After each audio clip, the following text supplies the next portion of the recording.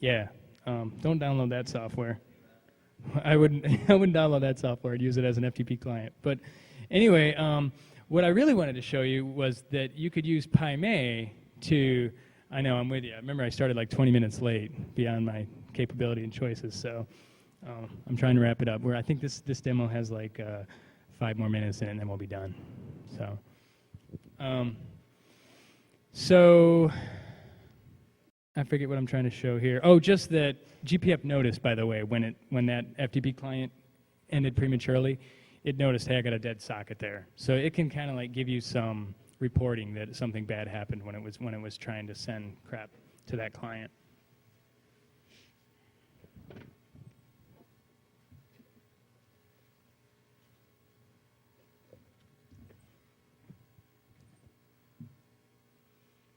All right, here I'm just running GPF as a web server, because like our Mozilla guy up here up front, there's so many people doing web client browser fuzzing, i.e. Mozilla, whatever. That's kind of like gotten to be, that's just like the newest big rage, right? Because HD did his thing. So I was just showing you that you could start GPF as a web server if you want, and then I'll go over and I'll actually use, instead of opening up IE manually every time and clicking like that, it would be really painful. This time I actually do the right thing, and I use a framework. I just start a Python script, which I think I just called something like fuzzie.py or something like that. And all it really does is it just, like I said before, it starts IE, and I set IE to connect to the IP address that GPF's listening on as the default home page, right? So every time you open it, it goes right to there and tries to like connect. And then GPF starts sending all kinds of crap back to it, beating on it. And then if the browser hasn't died in like 10 seconds, I think is what I set it for, PyMay will close the browser and start a new one. So it's actually like really elegant. It's fairly simple, and it's really not that hard to do. So if you've got something you like to fuzz, your cable modem, IE, whatever, you can do that pretty easily with this tool, and I'm guarantee you'll find stuff, because I haven't limited the function. A lot of people, when they release a fuzzer, like what Martin did with AutoDephase, he limited the functionality of his fuzzer. It's supposed to look for like 10, I forget what it is, like 80 naughty functions or something like that, and he only like has it look for 2 or something like that in the public release. I don't know why people do that, but I guess just part of what they need to do to get paid or something like that. So just kind of showing you that I didn't make the fuzzer for this HTTP session all that intelligent, just because I didn't want to actually show an IE bug up here on stage. But it works pretty well. So I think the next thing I'm going to be fuzzing, I can't remember what it is. We'll find it in here.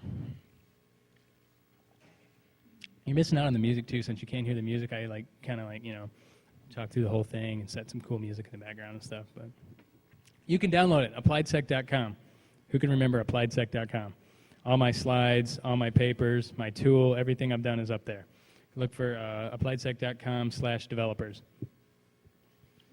You can download it all. It's all there, including the PyMay script that starts up IE like that. If you're not sure how to write that script, that's in there. So here I was just showing what a tokenizer file looks like. So say this is actually the tokenizer file that understands, like, basically, for the most part, all normal ASCII protocols that don't have some other sort of authentication or linked fields or something like that in them. And the point I wanted to make is that it's not really hard to write one of these.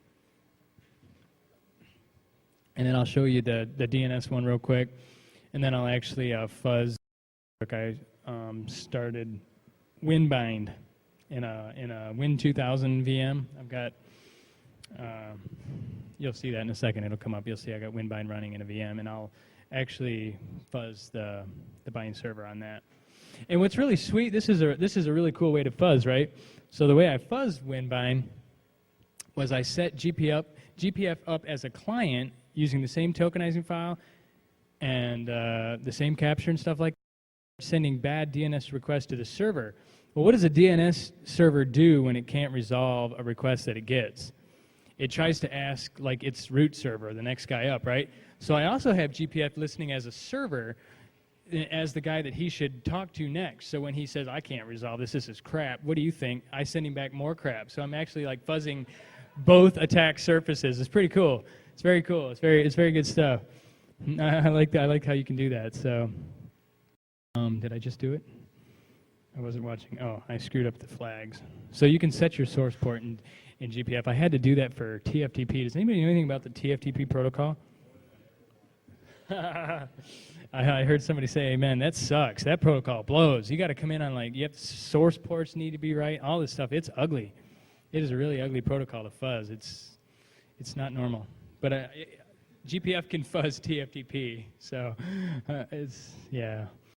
So there, I think I'm actually fuzzing DNS. And I don't know if I scrolled up or not to show you how well it tokenizes. When you give it a tokenizing, like a little tokenizing plugin, before it starts fuzzing, it shows you, this is how I did, this is how I understand the protocol. The first 2 fields are a session, the second 2 bytes are a link, the second 2 bytes are whatever.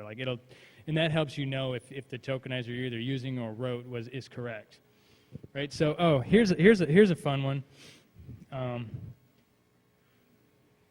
This is pretty bad. The dude that wrote Dovecot said he'd give €1,000 to anybody who could find a bug in Dovecot. And I submitted 5 bugs to him, I don't know, a year and a half ago or something like that. And I never got any euros, but what's funny, if you do yum install Dovecot on Fedora Core 4, it still has problems. So that was GPF finding a few SIG11s in the auth and login processes in Dovecot. So Dovecot is like POP3 IMAP type server. IMAP. Yeah, you can do POP3 too. You can do a whole bunch of crap with it. Actually, it's pretty cool. And in the newest releases, those bugs have been fixed, I think. But for some reason, when you do yum install Dovecot on Fedora Core 4, it still grabs version .99 or 099 or something like that. Because the latest ones aren't stable. So, what do I choose? No stability or no bugs? That's a tough one there.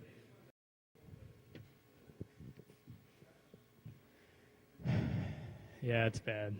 It's bad. So, and I actually used to find some of those bugs in Dovecot. I used what I call Super GPF, which is kind of an interesting idea I had because GPF, you saw it had a lot of command line arguments, right? 16 of them or something like that.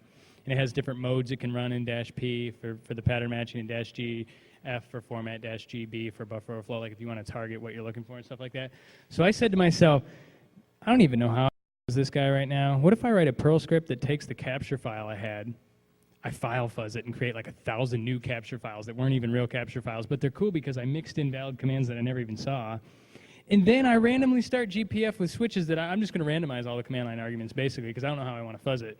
And I just start all these instances of GPF just going nuts against Dovecot, and that's how I found some of those bugs, which incidentally ended up being kind of a pain in the butt to try and figure out why those bugs had occurred because imagine you've got 1,000 instances of a fuzzer in some process.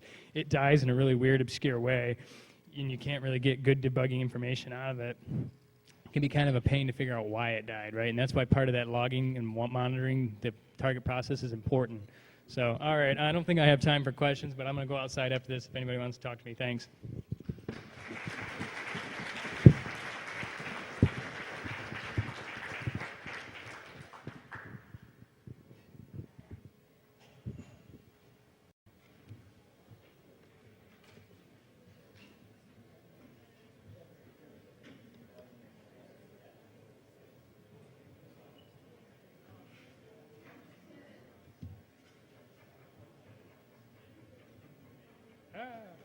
There goes Mozilla, man.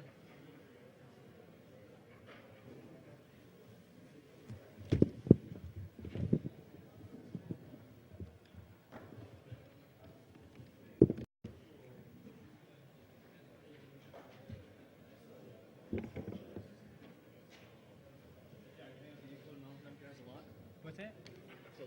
Phil, hi, how are you? Not a lot. I know Ari. I met him for dinner one time, and he wants to write a book with me on fuzzing. So since we kind of approach it differently and stuff, I thought that would be a good idea. I haven't yet been able to find time to kind of fit that into my schedule, and he hasn't found time for his either. But hopefully.